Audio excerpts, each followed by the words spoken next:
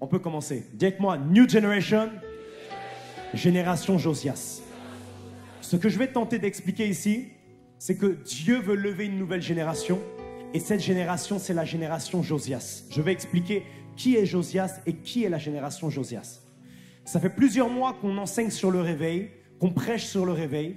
Et voyez-vous, je vais juste faire un petit récap sur le thème du réveil. Le réveil, qu'est-ce que c'est? J'aime le définir comme ça. C'est un mouvement de Dieu en collaboration avec les hommes, dans lequel les païens deviennent chrétiens et les chrétiens deviennent des... Ah, vous suivez. Des disciples. Ça, c'est le réveil. Le réveil, une autre définition, c'est le rêve de Dieu. Une autre définition, c'est le plus grand désir de Dieu. Chaque être humain et chaque être vivant a des désirs. Peut-être que quelqu'un sait avoir son permis, mais Dieu a un rêve, c'est le réveil. Et voyez-vous, Dieu cherche des personnes qui vont s'investir et se concentrer sur ses rêves à lui. Écoutez, c'est quand même merveilleux d'avoir des gens autour de toi qui t'aident pour accomplir tes rêves, n'est-ce pas? Voyez-vous, on reconnaît un vrai ami et on reconnaît vraiment une personne comme étant une valeur ajoutée dans notre vie à cette question-là. Est-ce qu'elle m'aide à accomplir mes objectifs? Est-ce qu'elle m'aide à accomplir mes rêves? Voyez-vous, vous tous qui voulez vous marier, je donne ce conseil. Posez-vous la question. Qu'est-ce que je vais accomplir sur la terre? Et ensuite, est-ce que cette personne, elle est apte à m'accompagner pour accomplir ceci sur la terre? Si cette personne, elle n'est pas apte pour m'aider à accompagner ceci sur la terre, cette personne ne mérite pas d'être mon mari ou d'être ma femme. On se suit? On reconnaît un bon ami, on reconnaît un bon mari, une bonne épouse, un bon meilleur ami, une bonne meilleure amie à cette question-là. Est-ce que cette personne-là, elle m'aide à accomplir le pourquoi je suis venu sur la terre? C'est quand même merveilleux d'avoir des gens autour de toi. Tu sens qu'ils te soutiennent, tu sens qu'ils veulent que tu accomplisses le pourquoi tu es né. Mais Dieu cherche aussi ce genre d'amis. Dieu cherche ce genre d'amis.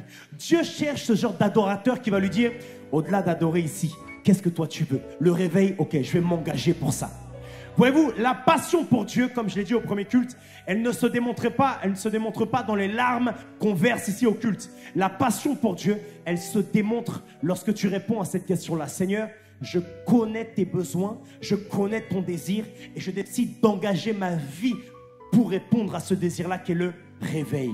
Le réveil, comme je l'ai dit, c'est un mouvement où les païens deviennent chrétiens. C'est tout ce que Dieu veut.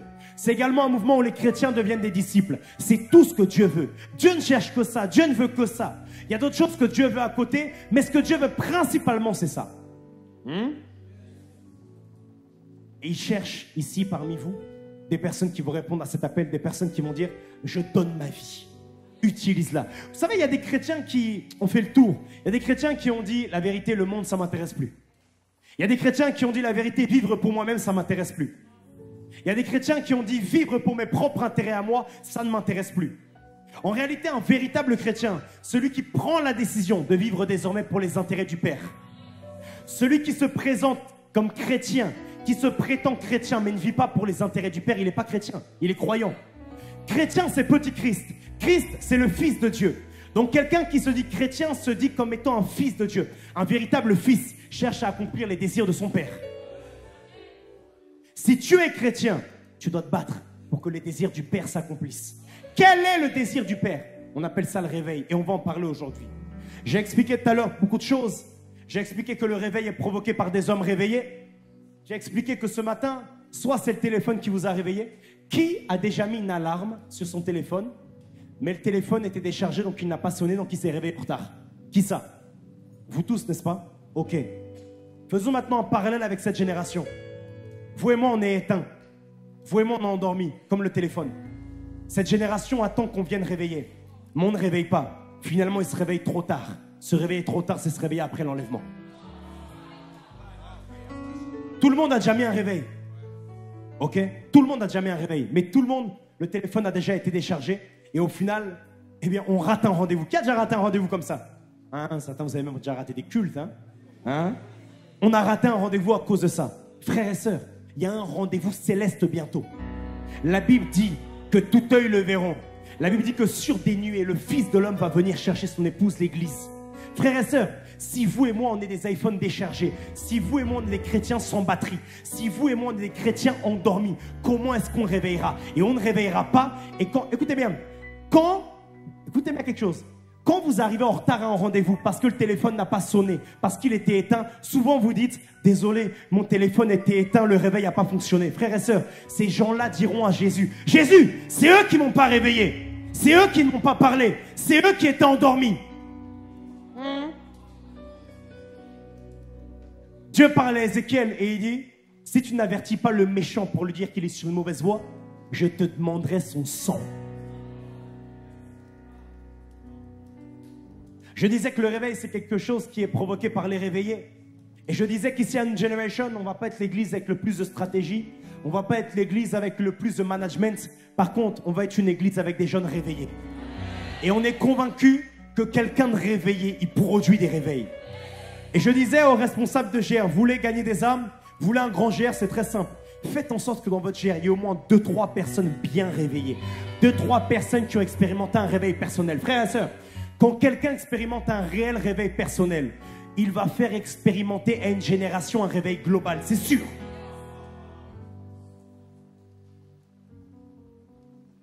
Un jour, l'apôtre Paul marche sur le chemin de Damas et Jésus-Christ lui apparaît. Le monsieur vit un tel réveil, il rentre dans 3 jours de jeûne. Et dès qu'il sort de ces 3 jours de jeûne, il commence à évangéliser partout. Il est tellement zélé qu'il faut que son père spirituel, Ananias, vienne lui dire « Arrête-toi un peu, je vais t'enseigner. » Le gars était trop zélé. Pourquoi? Le gars venait de voir la vérité en face. Le gars venait de réaliser la vérité en face. Jésus venait de lui apparaître. Il a vécu un tel réveil personnel qu'il s'est dit « Non, je dois le partager. » La dimension du réveil qu'un individu provoque dans une génération, elle est relative et proportionnelle au réveil qu'il a expérimenté lui. C'est pour ça que même si un homme de Dieu fait des grandes choses, en réalité, on rend la gloire à Dieu. Parce que si cet homme de Dieu produit un grand réveil, c'est parce que d'abord, il y a un grand Dieu qui l'a grandement réveillé. C'est en ceci que Jésus est l'alpha et l'oméga. Peut-être que le réveil en question, c'est tel qu'il a produit. Mais qui a réveillé tel d'abord? C'est Jésus. Et je voulais parler aujourd'hui de Josias. Génération Josias. Je vais tâcher d'expliquer ça. Suivez bien, s'il vous plaît, parce que là, on va aller dans l'Ancien Testament. Autrement dit, le livre que vous n'aimez pas lire. Le livre, malheureusement, que vous n'aimez pas lire. Et vous allez aimer lire à Sion Generation. On y va. On va dans... Est-ce que tu peux mettre la photo que je t'ai envoyée, s'il te plaît, avec la carte, Jodai? La photo avec la carte. Je vais tâcher d'expliquer ça. Ok. Ici, on a tout Israël. Israël, c'était donc un pays, ok? On est dans l'Ancien Testament. Ok, c'est un royaume. Ce qui va se passer, c'est que David va être roi de tout ça, là. Orange et rouge. Il va être roi de tout ça. Mais ce qui va se passer, malheureusement, c'est que David va mourir. Salomon, son fils, va reprendre la relève. Donc Salomon va être roi de tout ça. Et après, ce qui va se passer, c'est que Salomon va mourir. Et lorsque Salomon va mourir, ça va être le bordel. Dis avec moi le bordel. Ce qui va se passer, c'est que Jéroboam va devenir roi et Roboam va devenir roi. Si je me souviens bien de l'histoire, parce qu'à chaque fois je confonds entre les deux, Roboam devait devenir le roi, mais Jéroboam lui aussi va vouloir devenir le roi. Alors qu'en réalité, ça devait être Roboam. Résultat, ce qui va se passer, c'est que en Israël, il va y avoir une division. Et il va y avoir 2 royaumes qui vont se créer. Celui qu'on appelle le royaume du Nord, c'est-à-dire Israël, dont la capitale va être... Non. Aïe. Et on va avoir le royaume du Sud, Juda, dont la capitale va être... Yes. Jusqu'à là, on se suit? Le royaume du Nord va être dirigé par Jéroboam et le royaume du Sud par Roboam. Donc là, il y a 2 pays au final. Le premier, on l'appelle Israël et l'autre, on l'appelle Juda. Oh mais non, mais Juda, c'est celui qui a trahi. Non. Il y a différents Judas. Attends. C'est comme... je vais prendre un prénom de fou. C'est comme, je ne sais pas moi, Paul. Ah, il y a plein de Paul. Il y a des Paul qui ont tué. Il y a Paul Mescal, c'est un acteur. Il y a Paul Emploi. Il y a l'apôtre Paul. Il y a plein de prénoms. Judas, c'est un prénom comme un autre, ok? Donc, il y aura un royaume au nord qu'on appelle Israël, dirigé par Jéroboam, et un royaume au sud dirigé par Roboam, qu'on va appeler le royaume de Juda. On se suit? Ça va être 2 pays distincts, 2 pays différents. Et tout l'Ancien Testament, ça va être 2 pays différents. Quand vous lisez par exemple Jérémie, des fois va parler par exemple à Israël. Quand vous lisez Ésaïe, il va parler par exemple à Juda, etc. On se suit? Ok. Maintenant, ce qui va se passer, c'est quoi? Ce qui va se passer, c'est que tous les rois qui vont se succéder après Jéroboam, après Roboam, et donc qui vont être rois de Juda et d'Israël, ils vont tous se détourner de Dieu. David, le vrai premier roi, était un intime de Dieu. Était quelqu'un qui a amené tout le peuple à suivre l'Éternel. Mais après David, tous les rois vont pratiquement tous se détourner de Dieu. Et parce qu'ils vont se détourner de Dieu, ils vont commencer à prier des faux dieux, comme Baal, comme Astarté, comme les dieux babyloniens, bref, les statues et autres. Ce qui va se passer, c'est que Israël va être infesté de faux dieux. Juda va être infesté de faux dieux. Alors que de base, tout ça, c'est le peuple et le pays de Dieu. On va prendre un exemple, ok? Imaginons que nous ici, on est Israël à l'époque. C'est comme si là, ok, il y a une statue de Bouddha, et pendant que Lauriane guide l'adoration, quelqu'un ici va adorer la statue de Bouddha. C'est comme si là, pendant que Lauriane fait l'adoration ici, il y a Ilias qui va sacrifier à Anubis, le dieu égyptien des viandes. C'est exactement ça qui va se passer, ok? Imaginez la dinguerie. Et maintenant, mettez-vous à la place de Dieu. Moi, quand j'ai compris ça, ça m'a touché. Mettez-vous à la place de Dieu, comment Dieu a vécu ça. Ça veut dire que Dieu a pris ce peuple-là, ils étaient esclaves. Dieu leur a donné une nation prospère. Mais ces gars-là vont se détourner de lui, vont l'abandonner. Et au final, ils vont commencer à prier des faux dieux, à prier des statues et autres. Mettez-vous, frères et sœurs, à la place de Dieu, ça fait quoi? Imagine, tu fais tout pour quelqu'un. Maintenant, ce même quelqu'un te rejette, totalement. Te trompe même. Je suis marié, je sais ce dont je parle. Imagine bien.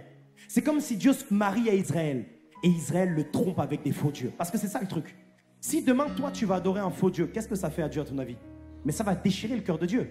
Ça va déchirer le cœur de Dieu. C'est ce qu'Israël a fait. Donc, quand on parle du réveil, comprenez qu'en fait, on est lié au cœur de Dieu. Vous allez comprendre. Parce qu'en fait, le réveil, c'est quoi? C'est ramener le cœur des éloignés à Dieu. Je vais dire quelque chose. Dieu a trop souffert. Il faut maintenant penser à lui.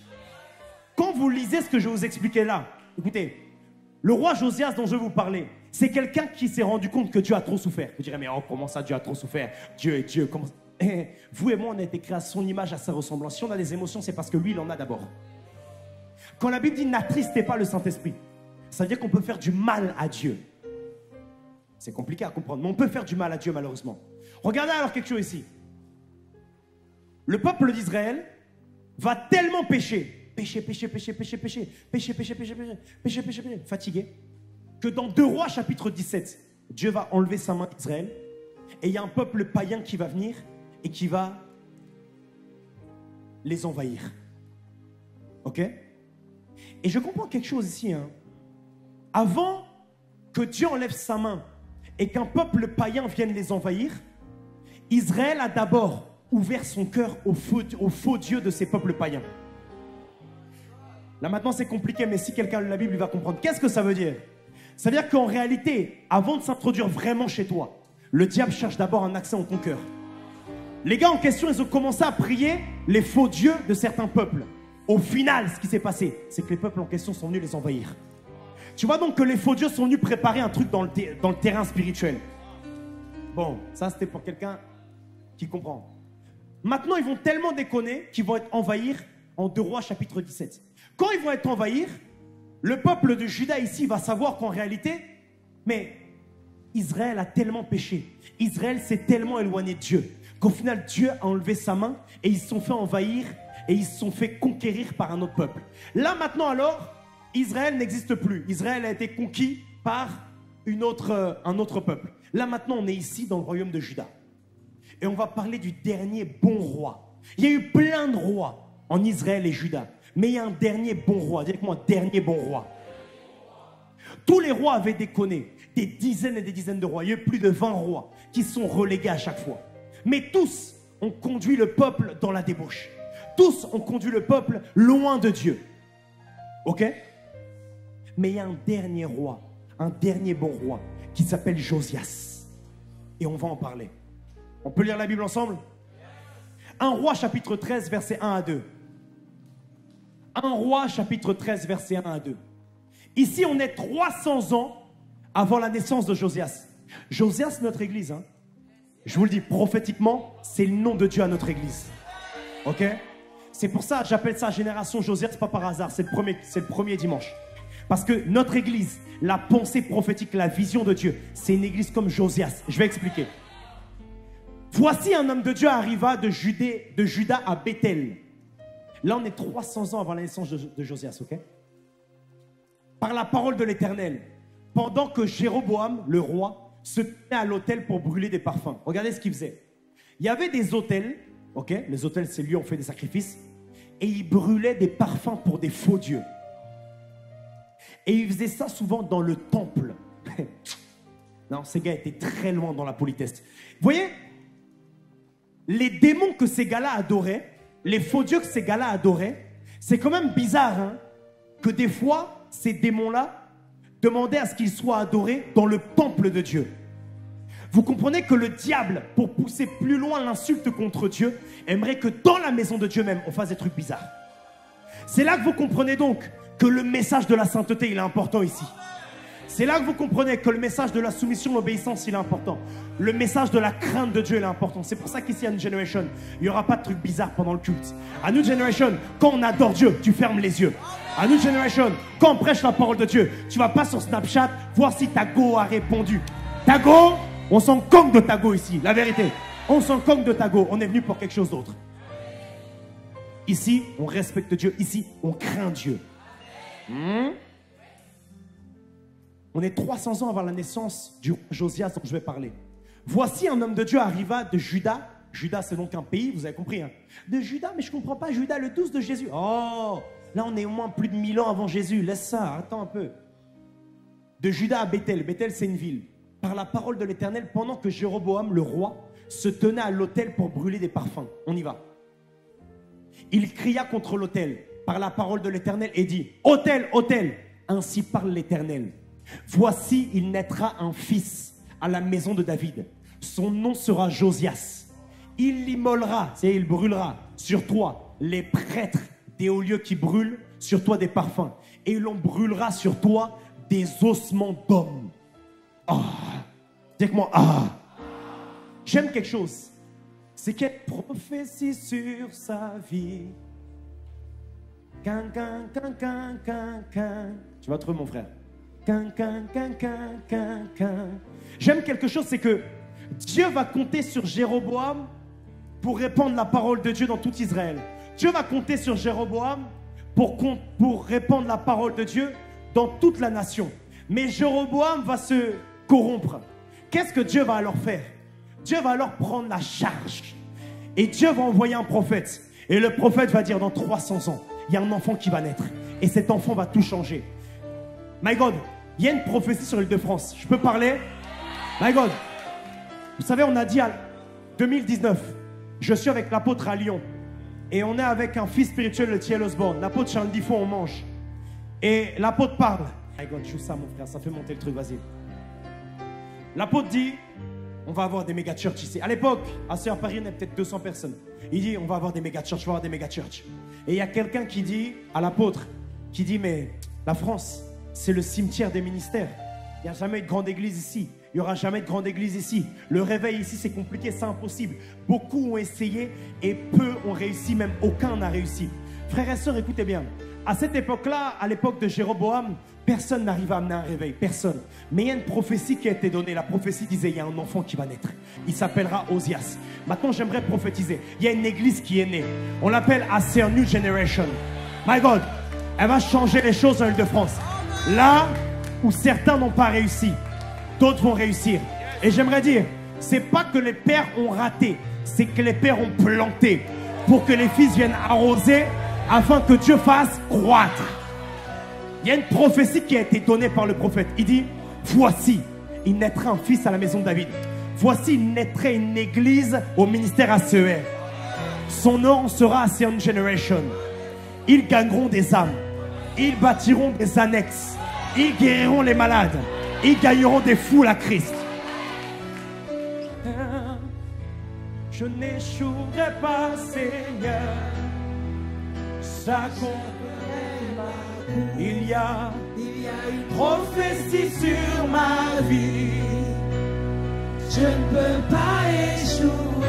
Oh my God, je sais pas toi, Je n'échouerai pas, Seigneur. mais moi on a prophétisé sur ma vie, moi on a dit des choses. J'achèverai ma course. Il y a une prophétie sur ma vie.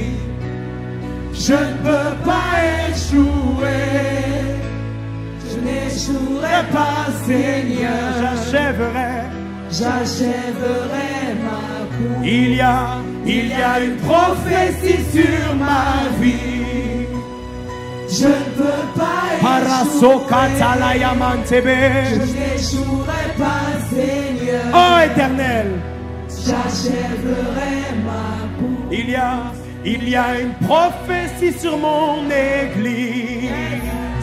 Elle ne peut pas échouer. Elle n'échouera pas, Seigneur. Elle apportera le réveil. Il y a une prophétie sur mon église. Elle Elle peut pas échouer. Elle n'échouera pas. Elle n'échouera pas, Seigneur. Elle apportera. Elle apportera le réveil. Palakasa talamante, alléluia. Un roi, le chapitre là en question, 13. Il y a donc une prophétie qui va être donnée. Et moi j'aime quelque chose ici, c'est que en fait les rois en question, c'était des charnels, des gens loin de Dieu. Et Dieu va donner une parole. Maintenant, allons 300 ans plus tard. S'il te plaît, là, il va falloir lire des versets. Allons dans 2 Rois chapitre 21, verset 22. 2 Rois chapitre 21, verset 22. Il y a tellement de choses que je peux dire, mon Dieu, je peux faire, la vérité, 8 cultes sur la prédication en question, honnêtement. Il y a plein de choses à dire. 2 Rois 21, 22. Va même au verset 21 d'abord. Là, ici, on parle du père de Josias, qui était roi. Verset 21, s'il vous plaît. La projection, s'il vous plaît. Là, on parle du roi Amon. Dis avec moi, Amon. Ce roi-là, c'était le père de Josias. Il était roi du royaume de Juda à cette époque. Ok? La Bible dit, il marcha dans toute la voie où avait marché son père. Il servit les idoles qu'avait servi son père. Et il se prosterna devant elles. La suite, il abandonna l'Éternel, le Dieu de ses pères. Et il ne marcha point dans la voie de l'Éternel. Au verset 26, ce roi-là en question, c'est Amon. Il va mourir. On l'enterra dans son sépulcre, dans le jardin d'Uza. Uza, c'est le gars qui n'avait pas obéi à Dieu, qui manquait de crainte de Dieu. C'est-à-dire qu'il y a un jardin. Il y avait un cimetière des gens qui ne respectaient pas Dieu. Et Josias, son fils, régnait à sa place. Regardez maintenant quelque chose. On vient de voir qu'il y avait une prophétie sur Josias. Pourtant, Josias, il vient d'un homme, d'un roi, qui s'appelle Amon, qui était un sorcier. J'aimerais vous dire, écoutez bien, je ne connais pas vos pères. Je ne connais pas vos mères. Mais il se peut que des fois, le revivaliste d'une nation vienne d'une famille bouddhiste. Il se peut des fois que le revivaliste d'une famille, le revivaliste d'une nation, vienne d'une famille musulmane qui ne croit pas en Jésus. Écoutez bien quelque chose. Y a-t-il quelque chose de bon qui peut sortir de Nazareth? Écoutez, la sagesse de Dieu, c'est cacher de l'or dans la terre. La sagesse de Dieu, c'est cacher des rois dans le péché. La sagesse de Dieu, c'est de cacher le grand dans le petit. On voit une prophétie sur Josias qui date de 300 ans. Dieu aurait pu faire en sorte que Josias, il soit le fils d'un sacrificateur. Il soit le fils d'un prophète. Le gars, il est fils d'un roi qui est sorcier. Il est fils d'un des pires rois d'Israël. Qu'est-ce que ça veut dire? Ça veut dire que là où tu viens, ça ne veut rien dire. Ce qui veut dire c'est, ou plutôt là d'où tu viens, ça ne compte pas. Ce qui compte c'est qu'est-ce qui a été dit sur ta vie. Et Josias, même s'il venait d'Amon, Amon le roi sorcier, 300 ans auparavant, il y avait une parole qui avait été donnée. Oh my God, il y a une prophétie. Oh my God, j'aimerais te dire quelque chose. Je ne vais pas prophétiser sur toi, mais j'aimerais dire ce que la Bible dit. La Bible dit, vous êtes un sacerdoce royal. Vous êtes une nation sainte. Vous êtes un peuple acquis. La Bible dit que vous êtes le sel. Vous êtes la lumière du monde. Je ne sais pas d'où tu viens, mais je sais ce qui a été dit sur toi. Ce qui a été dit sur toi. La Bible dit, voici les signes qui accompagneront ceux qui croient en mon nom. En mon nom, ils chasseront les démons. Ils imposeront les malades seront guéris. Ils boivront, ou plutôt ils bueront. Je ne sais pas c'est quoi le mot encore. Boiront? Comment on dit? Ils buvront. C'est buvront? Ils buvront des quoi? Des breuvages mortels. Cela n'en fera point d'eux. My God, le gars il vient quand même d'Amon. Le gars il vient quand même d'un père sorcier. Mais le gars c'est le rivaliste de sa génération. Qui vient ici d'une famille totalement païenne? Lève la main. Lève la main bien haut. Vous savez, des fois, il y a certains qui viennent d'une famille qui connaissaient un peu Jésus. Il y a d'autres qui viennent d'endroits où on ne connaît pas du tout Jésus. Mais c'est ces gens-là. C'est ces gens-là. C'est ces gens-là. Vous pouvez vous asseoir. C'est ces gens-là.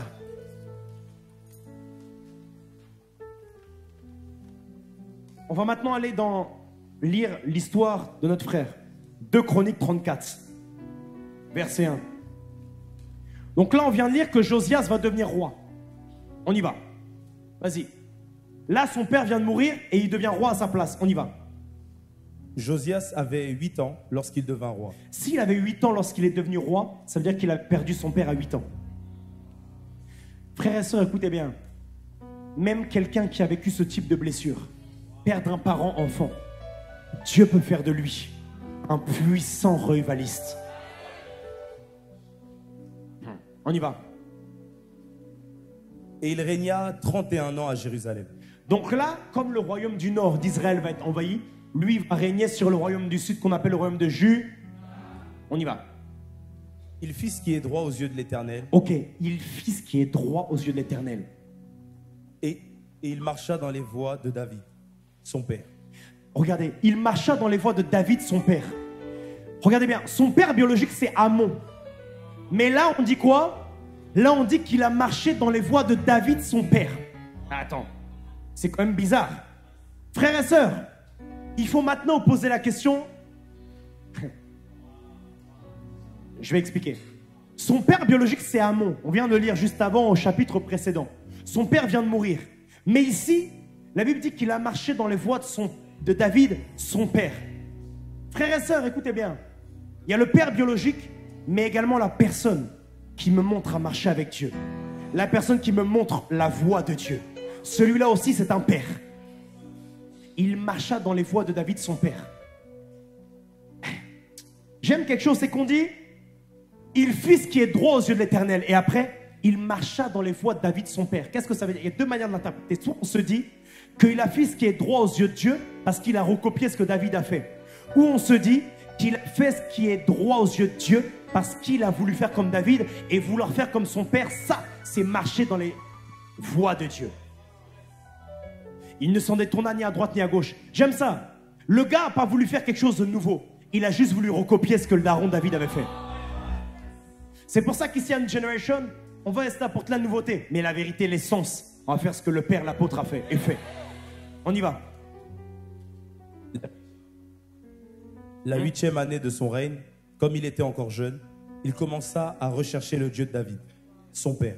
Tu vois, pas le Dieu d'Amon, le Dieu de David. Faites attention qui est père dans votre vie. Faites attention. Moi, j'ai un père biologique, mais je ne cherche pas son Dieu. Hein. C'est pas son Dieu à lui que je cherche. J'ai un père spirituel, c'est son Dieu à lui que je cherche. Regardez quelque chose. La 8e année de son règne, comme il était encore jeune, il avait quel âge? Il est devenu roi à 8 ans, et là on parle de sa 8e année. 16 ans. Là il avait 16 ans. Il commença à rechercher le Dieu de David. Pourquoi on précise le Dieu de David? Parce qu'à l'époque, il y avait le Dieu qu'Amon priait. Amon, son père, priait Baal. Il y avait le Dieu que son oncle priait, Astarté. Il y avait le Dieu du zodiaque que d'autres dans sa famille priaient. Donc, le seul nom qu'il avait avec l'Éternel, c'est le Dieu de David.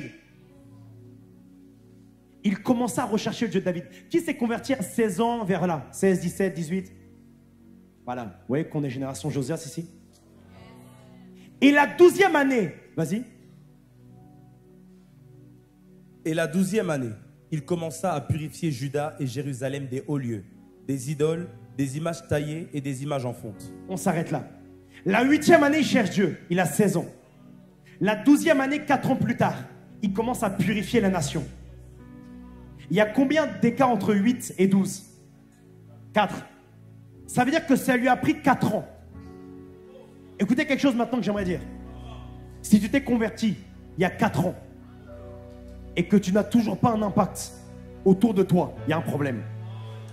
Josias ici nous montre que quand quelqu'un se convertit 4 ans plus tard, il doit déjà être engagé dans le fait d'impacter sa génération. Je ne parle pas d'impacter sur les réseaux ou quoi, mais je parle de parler de Jésus. Je parle de produire quelque chose pour Dieu. Il commence à chercher Dieu à 16 ans. 20, en gros, 16 ans, il cherche Dieu. 20 ans, sa première prédication. C'est comme quelqu'un qui se convertit à 16 ans, 20 ans, il devient respo de GR. On se suit? Il commença à purifier Juda, Jérusalem des hauts lieux, des idoles, des images taillées et des images en fonte. Ça veut dire quoi purifier? Ça veut dire qu'il y avait des statues. Il les détruisait. Pourquoi il les détruisait? Parce que le réveil, c'est ça. Le réveil, ça amenait le regard de tous les hommes vers l'éternel. C'est ça le réveil, frères et sœurs. Le réveil, c'est dire à tout le monde, c'est pas des vrais dieux que vous priez. Il n'y a qu'un seul vrai Dieu. Il n'y a qu'un seul chemin. Il n'y a qu'une seule vie, qu'une seule vérité, qu'un seul médiateur entre Dieu et les hommes. Qu'une seule solution que Dieu a offert à l'humanité. Écoutez quelque chose. Bouddha ne sauve pas. Gandhi ne sauve pas. Frères et sœurs, ça ne sauve pas. Il n'y a qu'un seul moyen de parvenir au salut. L'homme est trop sale. L'homme est pécheur, ne peut pas être sauvé. Donc, la solution de Dieu, c'est pas de croire en Jésus pour être sauvé. La solution de Dieu, ça a été d'envoyer Jésus. Jésus prend notre place de pécheur. Et quand on place notre foi en lui, eh bien, Dieu, lorsqu'il nous regarde, il voit Jésus-Christ qui a payé ce prix-là. Et en ça, on a un accès à Dieu. C'est ça, la vie chrétienne. Et c'est le seul moyen d'être sauvé. Écoutez bien, vos amis qui ne croient pas en Jésus n'iront pas au ciel. Mais non, mais PE, mais ils sont gentils. Frères et sœurs, Dieu ne sauve pas les gentils. Jésus a été assez gentil pour que nous le soyons. Dieu ne sauve pas les gentils. Dieu ne sauve pas les gens bons. Dieu sauve ceux qui croient en son Fils. Écoutez, on n'est pas sauvé parce qu'on fait le bien. On ne va pas au ciel parce qu'on fait le bien. On est sauvé parce qu'on croit en Jésus-Christ. C'est le seul moyen d'être sauvé. Frères et sœurs, on peut faire le bien sur la terre et aller en enfer. Parce que c'est quoi, selon Dieu, faire le bien?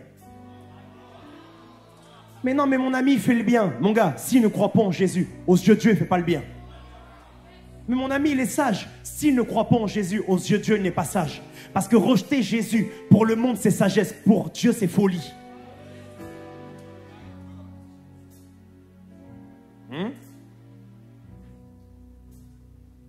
Il y a un homme comme ça, c'est un pasteur. Ses parents vont mourir. Et ses parents étaient païens. Il va tellement pas accepter que ses parents sont allés en enfer qu'il va commencer à modifier l'évangile. Il va commencer à dire non, on peut être sauvé si on est gentil. Frères et sœurs, je vous le dis, on ne peut pas être sauvé si on est gentil. Parce qu'on n'est pas sauvé par gentillesse. On est sauvé par grâce. Ça veut dire que dans le salut, nous, on n'entre même pas en jeu. Si on était sauvé parce qu'on était gentil, ça veut dire qu'on avait une responsabilité dans notre salut. Et on aurait pu alors se glorifier nous-mêmes. Mais Dieu a voulu qu'on lui rende la gloire à lui seulement. Et le seul moyen alors d'être sauvé, c'est de placer sa foi en Jésus. Tu veux savoir si tu es sauvé? Est-ce que tu as mis ta foi en Jésus? Est-ce que tu crois que Jésus-Christ est mort pour tes péchés? Est-ce que tu crois qu'il y a 2000 ans sur une croix, il a porté tes fautes? Si oui, tu es alors un né nouveau et tu es sauvé. On n'est pas sauvé à cause de ce qu'on fait. On est sauvé à cause de ce qu'on est. Quelqu'un qui a placé sa foi en Jésus et qui est devenu dès lors enfant de Dieu. On y va, verset 4. On renversa devant lui les autels des Baals et il abattit les statues consacrées au soleil. Ça, c'est ce qui va se passer. Maintenant, on va aller en profondeur. Dis avec moi en profondeur. Pour ceux qui ne savent pas, 1 et 2 Chroniques, ce sont des livres qui reprennent 1 Samuel, 2 Samuel, 1 Roi et 2 Rois, mais qui enlèvent certains détails, ok? C'est comme un résumé. On va aller maintenant dans 2 Rois, chapitre 22. Dès le verset 1. Joue-moi de gloire en gloire, frère. On y va. Josias avait 8 ans lorsqu'il devint roi. Et il régna 31 ans à Jérusalem. Sa mère s'appelait Jédida fille d'Adaja, de Botskat. Il fit ce qui est droit aux yeux de l'Éternel. Il marcha dans toute la voie de David, son père. Il ne s'en détourna ni à droite ni à gauche. Ok. Maintenant au verset 10. Regardez ce qui va se passer, je vais vous expliquer. Personne ne se pose la question, mais qu'est-ce qui fait qu'un gars, il s'appelle Josias, son père c'est un sorcier, parce que pour ceux qui ne savent pas, hein, son père priait des faux dieux, on appelle ça la sorcellerie aussi. Son père était un sorcier, et ce gars-là, à 16 ans, il va commencer à chercher l'Éternel. Et pourquoi? Mais c'est une question à se poser. Qu'est-ce qui s'est passé? Qu'est-ce qui s'est passé? Vous tous qui avez commencé à chercher l'Éternel ici, un jour vous avez une rencontre, quelque chose s'est produit, non? Lui, c'est quoi sa rencontre? Chronique n'en parle pas. Chronique n'aime pas les détails, mais Deux Rois aime les détails. Regardez ce qui va se passer. Il avait quand même un bon cœur, Josias. Il va envoyer alors un de ses assistants dans la maison de Dieu, dans le temple de Dieu. Et quand il va envoyer un de ses assistants, son assistant, en fouillant dans la maison de Dieu, il va trouver un vieux livre. Un livre tout usé. Un livre qu'on n'avait pas ouvert depuis 100 ans, 200 ans. Un vieux livre. Depuis des années, suivez bien. Il va trouver ce livre. Quand il va trouver ce livre, il va dire, mais c'est quoi ça? Il va le ramener au roi. Il va dire au roi, bah roi, j'ai trouvé un livre. On y va. Non, verset 10. Shaphan, le secrétaire, dit encore au roi. Le sacrificateur Ilkija m'a donné un livre. Et Shaphan le lut devant le roi. Donc là, son assistant va trouver un livre. Et il va le lire alors devant le roi. Très simple, n'est-ce pas? On y va? Lorsque le roi entendit les paroles du livre de la loi, il déchira ses vêtements. Mets-moi l'image. Lorsqu'il va entendre le livre, il va déchirer ses vêtements. Regardez un peu. Déchirer ses vêtements chez les Juifs, c'était le symbole de la repentance. C'est comme si, mon Dieu. Remets-moi le verset maintenant. Qu'est-ce que je suis en train de vous dire? Qu'est-ce qui va se passer? Josias n'avait jamais entendu la parole de l'Éternel. Il n'avait jamais entendu la parole de Dieu. Son assistant va lui lire. Quand son assistant va lui lire, le gars va tellement être déboussolé. Le gars va dire, mais mon Dieu, depuis 16 ans, je suis détourné de Dieu. Depuis 16 ans, je ne connais pas l'Éternel. Depuis petit, je ne connais pas l'Éternel. Et il va commencer à se repentir. Verset 12. Et le roi donna cet ordre au sacrificateur Ilkija, à Ashikam. Va au verset 13 directement. Allez consulter l'Éternel pour moi, pour le peuple et pour tout Juda, au sujet des paroles de ce livre qu'on a trouvé. Car grande est la colère de l'Éternel, qui s'est enflammée contre nous, parce que nos pères n'ont point obéi aux paroles de ce livre et n'ont point mis en pratique tout ce qui nous y est prescrit. Le gars va entendre la parole de l'Éternel, et quand il va entendre la parole de l'Éternel, il va avoir une vraie rencontre. Vous savez, il va avoir une rencontre avec quoi? Avec ses fautes à lui. Voyez-vous, des fois, hein, la repentance, c'est une rencontre avec Dieu. C'est pas seulement rencontrer Dieu. Des fois, c'est rencontrer ses propres fautes, ses propres faiblesses à soi. Les reconnaître devant Dieu et demander à Dieu son aide. Des fois, la repentance, c'est aussi ça. Et le gars, lorsqu'il va lire la parole de l'Éternel, qu'on va lui lire, il va être choqué. Il va être tellement choqué qu'il va rentrer dans une profonde repentance. Il va tellement se repentir avec son cœur que regardez ce qui va se passer. Et on va terminer sur ça. Va maintenant au verset 19. Regardez. Parce que ton cœur a été touché. Là, une prophétesse va être envoyée vers Josias et elle va lui parler. On y va. Elle va lui dire de la part de Dieu. Là, c'est Dieu qui parle à Josias. Parce que ton cœur a été touché, parce que tu t'es humilié devant l'Éternel en entendant ce que j'ai prononcé contre ce lieu et contre ses habitants, qui seront un objet d'épouvante et de malédiction, et parce que tu as déchiré tes vêtements et que tu as pleuré devant moi. Regardez, parce que tu as pleuré devant moi. Vous voyez la repentance, comment elle était sincère. On y va? Moi aussi, j'ai entendu, dit l'Éternel. C'est pourquoi, voici, je te recueillerai auprès de tes pères. Tu seras recueilli en paix dans ton sépulcre, et tes yeux ne verront pas tous les malheurs que je ferai venir sur ce lieu. Ils rapportèrent au roi cette réponse. Reste là, regarde bien quelque chose. Le gars va expérimenter un réveil personnel, une vraie repentance, une vraie rencontre avec Dieu. Et ce qui va se passer, c'est qu'il va tellement toucher Dieu par sa repentance que Dieu va envoyer une prophétesse qui va venir devant lui et qui va lui dire j'ai prévu de frapper le peuple parce qu'ils sont détournés de moi. Mais toi, tu t'es tellement repenti que toi, il ne t'arrivera rien. Ok? Dieu lui dit en gros, toi, il ne t'arrivera rien. Ça, c'est le chrétien qui vient d'être sauvé. Il sait que si Jésus revient, il va au ciel. Il est sauvé. Et là, quand tu entends ça, tu peux te dire, bon, moi j'ai eu ma repentance, c'est bon. J'ai eu ma rencontre avec Dieu, je vais m'arrêter un peu. C'est bon, je me suis repenti, je vais m'arrêter. Ici, ce que la prophétesse dit, c'est en gros, il y a des malheurs qui vont arriver au royaume de Juda, mais toi, t'inquiète. Toi, c'est bon. Dieu et toi, c'est bon, vous êtes réconciliés. T'inquiète-toi, t'inquiète, tu vas être recueilli avec tes pères. Va maintenant au verset d'après, au chapitre 23, verset 1. Tu vas voir. Vous allez voir, c'est quoi la génération Josias. Le roi Josias fit assembler auprès de lui tous les anciens de Juda et de Jérusalem. Puis il monta à la maison de l'Éternel, avec tous les hommes de Juda et tous les habitants de Jérusalem, les sacrificateurs, les prophètes et tout le peuple, depuis le plus petit jusqu'au plus grand. Il lut devant eux toutes les paroles du livre de l'Alliance qu'on avait trouvé dans la maison de l'Éternel. Attendez. Certains, vous n'avez peut-être pas compris.